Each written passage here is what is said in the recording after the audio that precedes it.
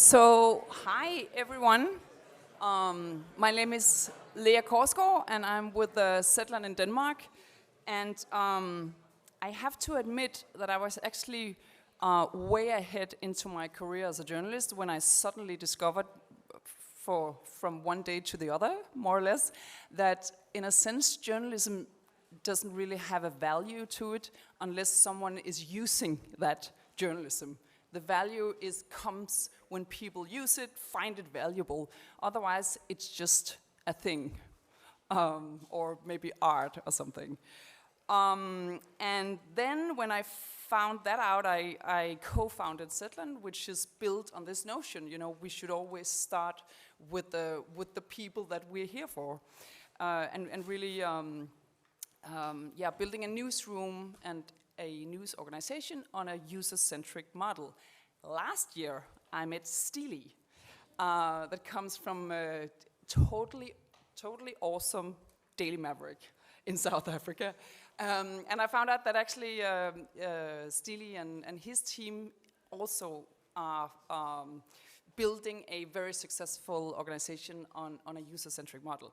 So I suggested to Styli that we should share a panel and just simply share sort of the nuts and bolts and do's and don'ts of how we do user-centric models at Daily Maverick and Zetland. Styli will start out telling about their business model, then I'll talk about Zetland, and then hopefully there'll be room for questions and reflections and you guys' insights.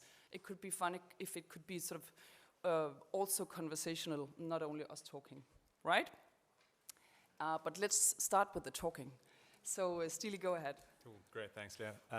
As a quick introduction, I'm the CEO and co-founder of Daily Maverick, or the Zetland of the South, as we like to think of ourselves.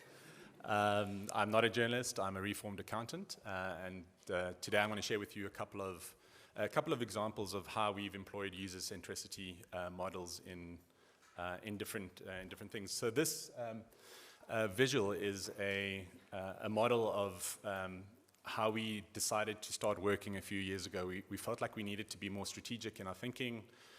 We needed to understand our audiences better, and we wanted to become more data-driven in our decision-making. And so instead of starting by just measuring stuff, we acknowledged and realized that we had to do a lot of fundamental and principled thinking and debating around these underlying topics and getting to a definition that we all agreed on, which is like, what is journalism for?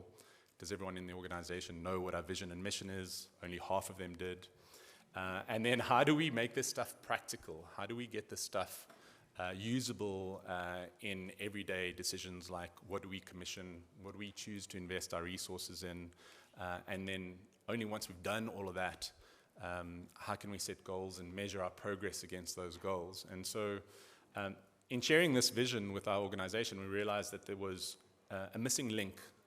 Well, first of all, we'd never done this in 10 years of being in existence. We hadn't asked the question, what is journalism for? Which is just incredible to think. And then we could build on top of that. But there was a section missing, which was this part here, the key themes. How do we take these big foundational and principled ideas and give it to our teams in order for them to interpret those themes that can then help in their commissioning decisions?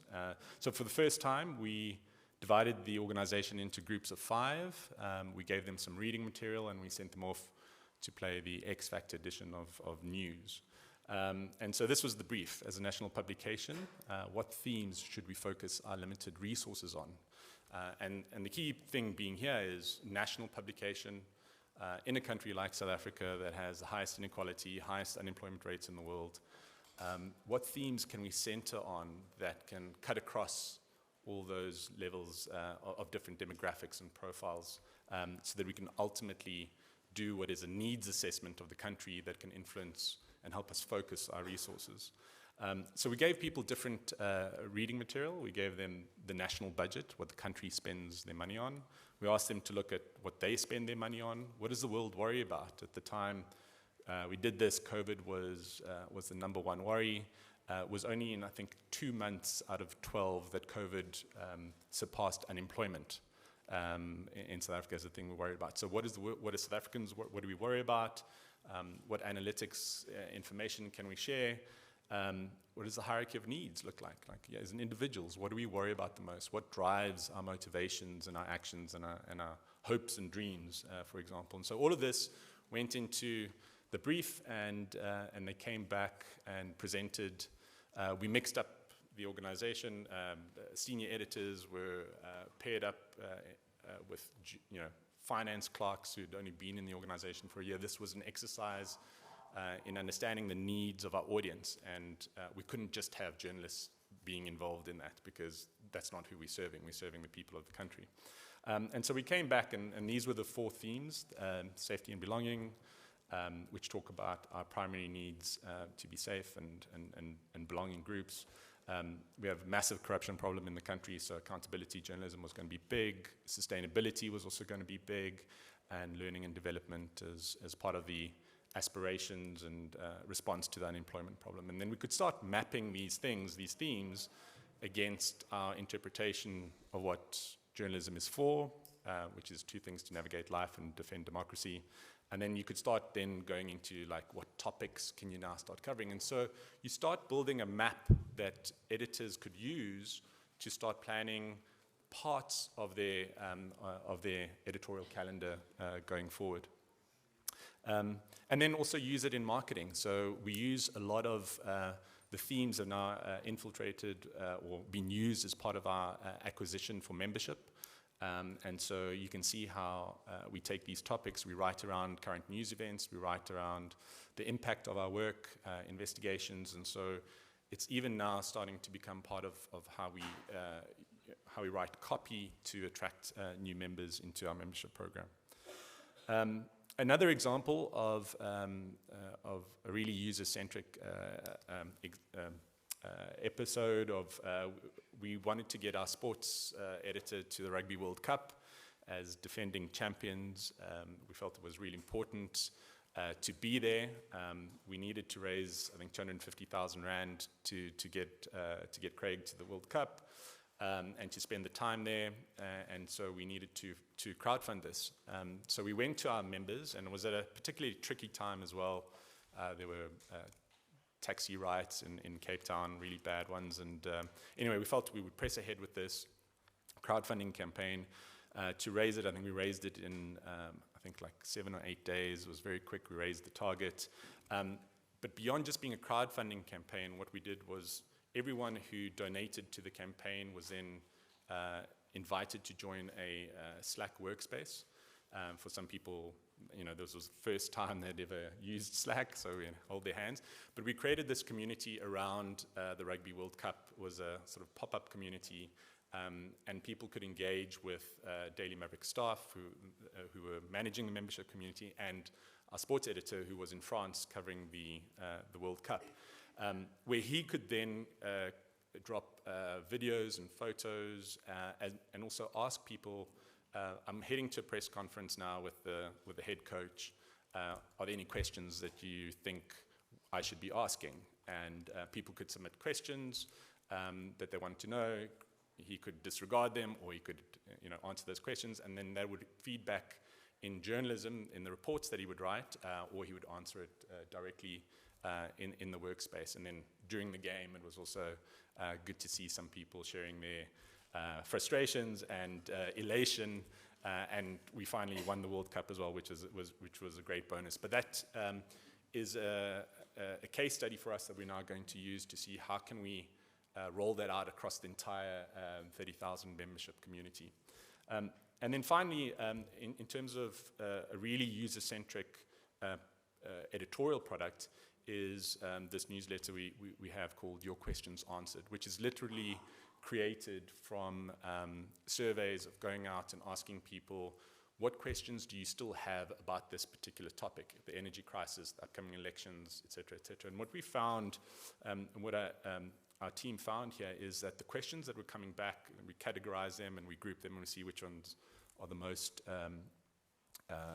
pressing and most common, is that it's often the very basic things that people need to be explained. And our editors found that often she's had to go back and go, I would never have written about this because I assumed people have a certain amount of knowledge about this because they are expected to know that topic in detail as a journalist or as an editor. And so it's been incredible to see how this process of asking people what they need to know around a topic that we were covering anyway as part of our key themes, they would come in, we would categorize, we'd analyze it, and then we would go and create the journalism in response to that. And sometimes it would be going and asking these questions to the president's spokesperson, for example, or about the elections.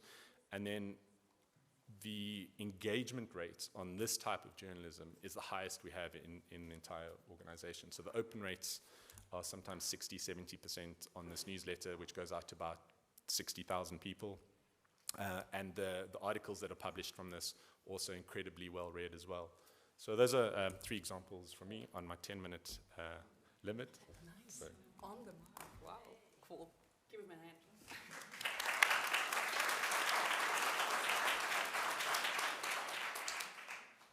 Cool. I love that. When I heard about key themes, how they work with key themes at Daily Maverick the first time, I was like, I need some key themes for Zetland. Anyway, let me also take you through 3 key learnings that I've had while building Zetland. We call it a Nordic trust model for news, but I guess, Nordic just sounds good. So maybe it's just a trust model for news. So we're built on 6 core principles, and I just want to point out the first one, that we say that we are our members. We are really here to serve our members' needs, and to help them navigate in the world. That's why we publish journalism. That's also when we publish a huge investigative story, it also has to serve the user's needs. So that's like non-negotiable that they are in the center of that process. This is just us when we launched in 2016. Now the team is 60 people in total, and we have 4,000 members. So 3 things that I have learned. One is always start with your members' needs and purposes. For instance, some years ago, back in 2017, 1 year after launch, we asked them how did they like Zetland, how did they use it, and what should we do to improve the product, simply, like very basic questionnaire. And like a bunch of them just told us, yeah, we like what you do, but it's the long form text and I'm a busy person, so could you please read aloud the stories? Could you make audio versions of that? And we were like, yeah, that sounds like a good idea, and we did a small test and it just immediately took off, and now we're an audio newspaper that you can read through the ears, and that we wouldn't have pivoted into that without our members telling us to do that. Once a year, when we are gathered to the whole organization is gathered to sort of make a deep dive into what's important right now, we call our members, or at least we call 60 of them because we're 60, so each get a phone number to some member who has volunteered to be called, and then we just have 60 deep dive interviews about their worldview, their needs, their view upon journalism. And the thing they tell us, challenge my assumptions. I want to get to know the journalist. I want to have a relationship with the journalist. Or for instance, tell me about solutions, hope, and how to make the world a better place. That just goes into the knowledge of the organization in such an efficient way, I think, when you have actually had the person that you are here to serve in your ear. So that's just one way to do that. The second thing I learned, learn from the community. They know stuff and can really help improve and enhance the reporting. So for instance, this is from today. Mohammed, one of our staff writers, he is asking a question. This is the front page of the app, and he says, help me understand why the progress of the environmental politics is so slow by telling me what you think about it, basically. And then you can press on the pink one, and then he explains his mission right now as a journalist, and you know, just help out, fill this questionnaire, help me investigate, basically. And we do that at least, I think, once a week, and it could be tons of different questions, but it's such a pleasure to just have, you know, 40,000 members' brains and experiences and insights that we can draw from. I think it's so important to meet the people in the real world that you're here to serve. Of course, we can't meet every Dane, and in principle, we should be for every Dane, but we could meet some. So quite often we do huge or smaller live events on a stage somewhere, often in Copenhagen, but it could also be in the rest of the country, and tell stories from the stage. And then afterwards, invite people to stay and chat and tell us about who they are and how do they like what we do. And I think it's sort of a, in a sense, it's almost symbolic because we can't meet everyone. But just getting the organization used to the fact that there are actually people in the other end, people with bodies and lives of their own, right? It's not a name, it's not a customer that's somewhere in a database, it's a actually human being out there that you are here to serve. I really think that's helpful in order to constantly be on this mission. The last thing I want to tell you about is the way we use our members' strength as our superpower in order to simply grow and have more impact that way. So this is the graph of Zetland's growth from the very beginning in 2016 up until, I guess it's September 2013. And let me just take you through this very briefly. To begin with, we tried somewhat classic marketing, so TV ads, posters up in the city, which was to some extent effective, but also kind of weird to, in a 30-second TV slot, say you know, we help you stay focused, and we don't have ads, right? There was something counterintuitive to say that in an ad. So we skip that, and then we just try to give Zetland away for free, you know, try Zetland for free for a month, and that was really successful, but as you can see, churn was just intense. People need to be reminded, this is valuable, you know, if we are to take money for it, then don't give it away for free, right? So that didn't work either. And then here, you can see the death valley, as we call it, right? After that peak, and we were still sort of growing, or at least we were paddling, but we were still burning money, and we hadn't reached the point yet where we were running a sustainable business, so that we really needed to do something. And then we reminded ourselves that we want to be super transparent to our members, and then we just told them how things were going. So yeah, here it says, I've translated the Danish version. Here are Zetland's key figures, or key numbers, I guess, that people usually don't disclose in a company like ours. And then we said it as it were. You know, we're not in deep shit, we're not in deep trouble, but we are in some trouble. And could you please help us, because otherwise eventually something will happen to Zetland. And we asked them to become ambassadors, and sent them, I think to begin with it was 1,500 members who volunteered to become ambassadors, and we sent them tote bags and stickers, and made it fun for them to engage. And that really worked, which was just the most meaningful way of growing I can think of. So ever since that first initial ambassador campaign, we have replicated it every year. And it kind of has kind of like a crowdfunding feel to it. So we always set a goal. Like for instance, last year we set a goal of we want 5,000 members, new members in a week. And constantly, year over year, we are succeeding the goal we're setting. because I was kind of worried to start with, could you actually fire up a base when the urgency from the first campaign was not there anymore? But it turns out that you can. And what I like about this is simply that, yeah, it's a way more meaningful way to grow than spending millions on TV ads. Let me put it that way. And I think that was it from me.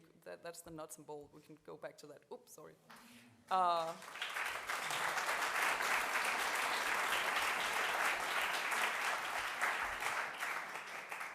Let's have questions. We have time for that, right? And,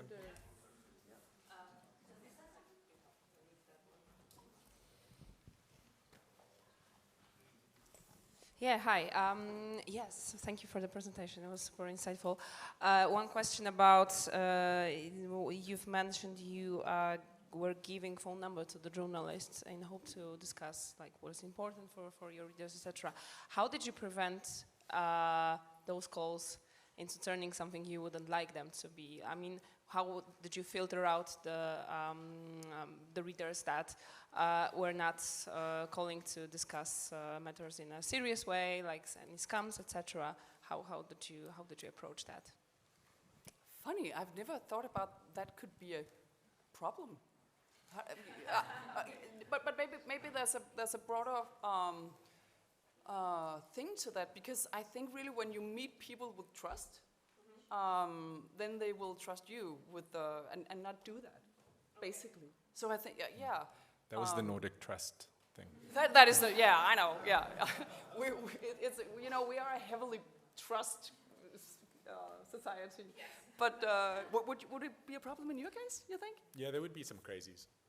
Yeah, but then, you could just, anyway, what would the problem be, though? Then you could just call the next one on the line, right? Yeah. All right. Thank you so much for your presentations. I'd like to ask something about your audience demographics, especially age. Are they more young people than the elderly generations? Do you find a user-centric model works better with young people as well as encouraging their paying behaviors? Yeah. So in our case, 50% of our paying members are below the age of 35. So that is, and I think that's sort of the key metrics that I'm most proud of, that we have actually so many young people who pay for news. And I think it has to do with the user-centric model, that they are so used to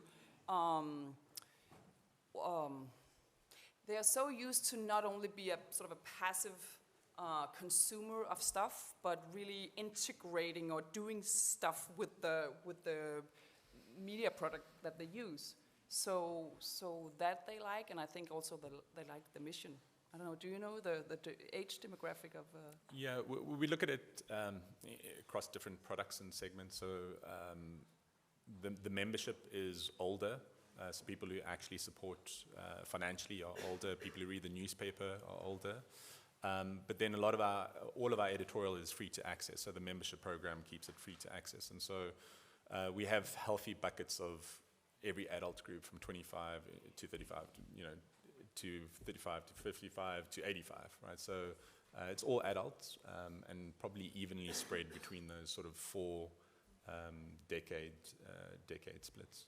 I think what I really like about Daily Maverick's way of communicating with not only your members but the whole community is really, it's not a young tone of voice, but it's not old, right? Yeah, It has sort of there's a personality to it that I think when you're a 23-year-old South African, you could relate to. Yeah, it's a mindset that we're looking to attract rather than just an age. Yeah. I've got a quick question. I was really interested in events. I've heard live journalism is something that's growing. Do you have any advice for any other organization that wants to start doing events, live journalism events? Get a therapist. No, events are hard. Events are really hard. I mean, everyone says just do events, but to do them well, to do them, 10 times better than other people who are already doing it in order to succeed, it takes time and it takes dedication and it takes people who are super passionate about.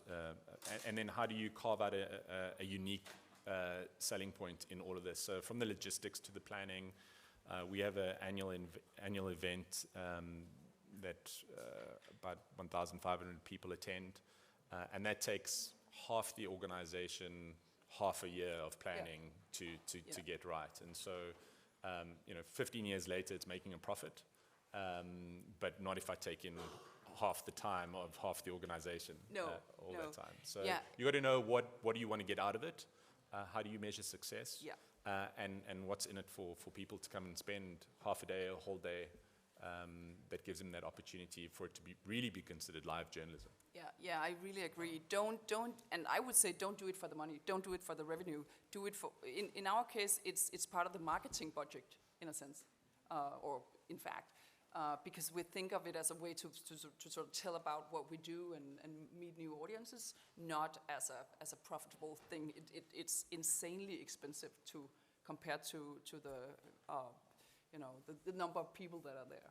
But incredibly valuable if you get it right. Yeah. So go ahead. We're done? We're done. Jesus, this was fast. Anyway, thank you so much. Thank you.